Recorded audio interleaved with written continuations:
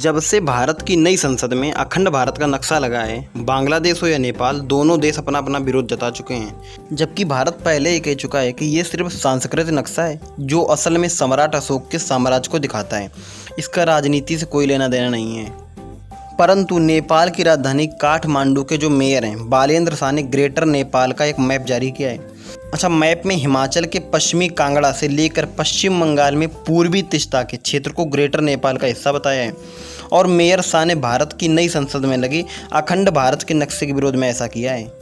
और वहीं नेपाल की संसद में सबसे बड़ी जो पार्टी है नेपाली कांग्रेस के महासचिव गगन थापा ने कहा है कि ग्रेटर नेपाल के नक्शे को ऑफिशियल पब्लिक किया जाना चाहिए। अगर भारत ने कल्चरल मैप पब्लिश किया तो हमारे पास भी एक है कि हम ग्रेटर नेपाल का कल्चर मैप पब्लिश करें। भारत को भी इसमें कोई आपत्ति नहीं होनी चाहिए। और वहीं पर नेपाल के जो प्रधानमंत्री हैं पुष्प कमल दयाल प्रचंड ने अखंड भारत के नक्शे पर भारत का साथ दिया है। और थापा के बयान पर उन्होंने संसद में कहा है कि मैंने भारत यात्रा के दौरान अखंड भारत के नक्शे का मुद्दा उठाया था, तब भारत ने मुझे बताया सिर्फ सांस्कृतिक मैप है जो इतिहास दिखा रहा है, इसे राजनीतिक तौर पर न देखा जाए। दरअसल नेपाल में अब भी कई लोग ग्रेटर नेपाल के हिस्सों को वापस लेने की मांग करते रहते हैं। यहाँ राष्ट्रवादी कार्यकर्ता फड़िंद नेपाल लंबे समय से अखंड नेपाल के लिए प्रचार कर रहे हैं। नेपाल के कुछ दलों के नेताओं का भी कहना है जो उनका हिस्सा सालों पहले भारत में मिला लिया गया था, अब उसे लौटा दिया जाना चाहिए। अखंड भारत के नक्शे पर जारी विरोध के बीच में विदेश मंत्री एस जयशंकर का बयान आया है।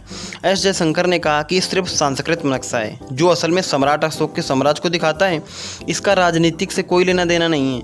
और नेपाल जैसे फ्रेंडली देश इस बात को समझ चुके हैं। इससे पहले विदेश मंत्रालय के प्रवक्ता अरिंदम बागची ने कहा था कि नई संसद में लगा अखंड भारत का नक्शा अशोक साम्राज्य के विस्तार को दिखाता है। इसके लिए नक्शे के सामने एक बोर्ड लगाकर जानकारी भी दी गई है।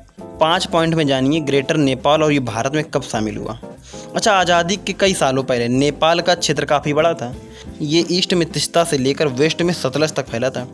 अंग्रेजों के साथ लड़ाई के बाद नेपाल ने अपना एक बड़ा सा हिस्सा खो दिया था। जंग के बाद मेची से तिस्ता और महाकाली सतलज तक के क्षेत्र को भारत में मिला दिया गया। 4 मार्च 1816 को नेपाल की तरफ से राजगुरु गजराज मिश्र और ईस्ट इंडिया कंपनी की तरफ से लेफ्टिनेंट कर्नल पेरिस ब्रेडस ने सुगौली संधि पर साइन किए थे। इसमें नेपाल के क्षेत्र को मेची महाकाली तक कम कर दिया गया था। संधि के तहत वर्तमान नेपाल के 60% हिस्से के बराबर के क्षेत्र को भारत में मिला लिया गया था। हालांकि संधि में नेपाल की सीमा तय नहीं हुई थी। इसका नतीजा ये हुआ कि आज भी 54 ऐसी जगह हैं जिनको लेकर दोनों देशों के बीच विवाद होता रहता है। फिलहाल नेपाल के साथ काला पानी, लिफ लेक और लिम्पियादुरा के क्षेत्र में सीमा विवाद है। ये वर्तमान में भारतीय सीमा में आते हैं, लेकिन नेपाल भी इन पर अपना दावा करता है। नवंबर 2019 में भारत ने नेपाल के विरोध को नज़रअंदाज करते हुए एक मैप जारी किया। इसमें तीनों विवादित क्षेत्र को देश का हिस्सा दिखाया गया था। इसके जवाब में नेपाल सरकार ने 2020 में विवादित क्षेत्र को अपना हिस्सा बताते हुए एक नया मैप जारी कर दिया।